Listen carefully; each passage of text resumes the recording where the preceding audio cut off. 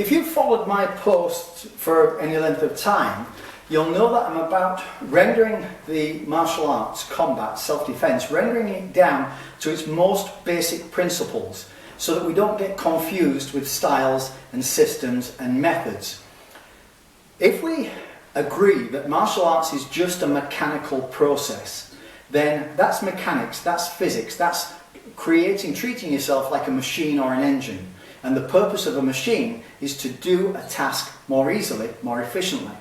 So if we consider that our body is a machine, a very sophisticated machine, but in terms of its levers, not that sophisticated, then we have to think about what then is our goal. And the goal in martial arts is to create force.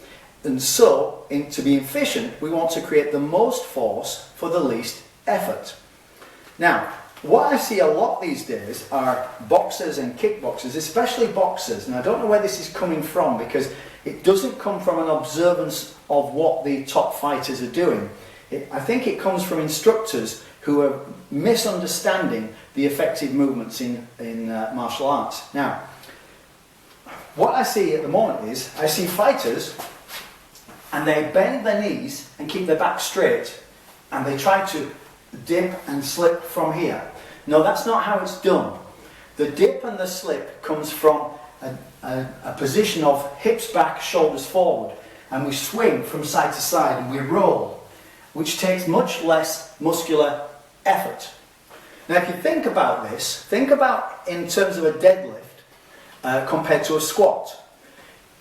You can deadlift much more weight, or significantly more weight, with a deadlift than you can with a squat.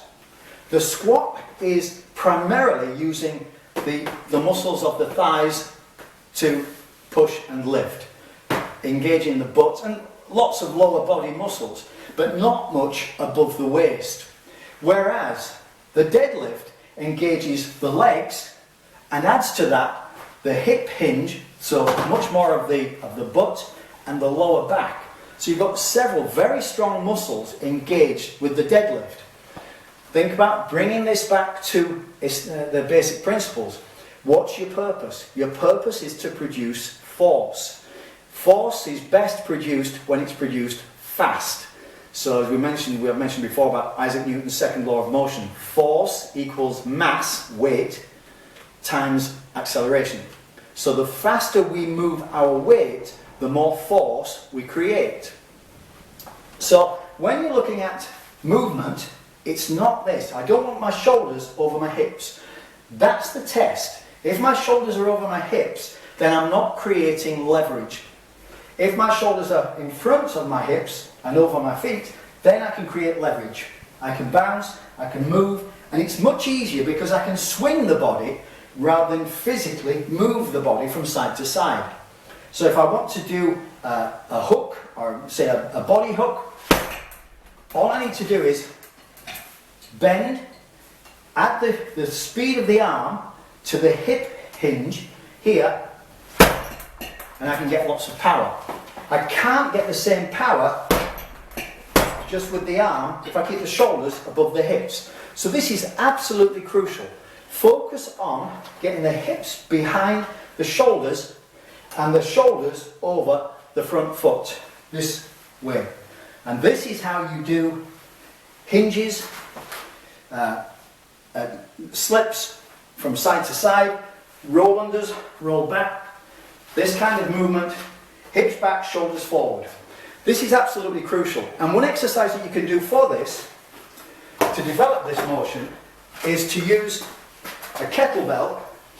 And if you do a kettlebell swing, what I see often people do is that they will pull the weight. They'll pull the weight forwards with the arms. And it's not that. What it is, it's a push from the hips.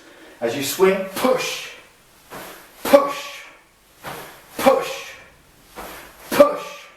Because the swing engages the arms and the shoulders.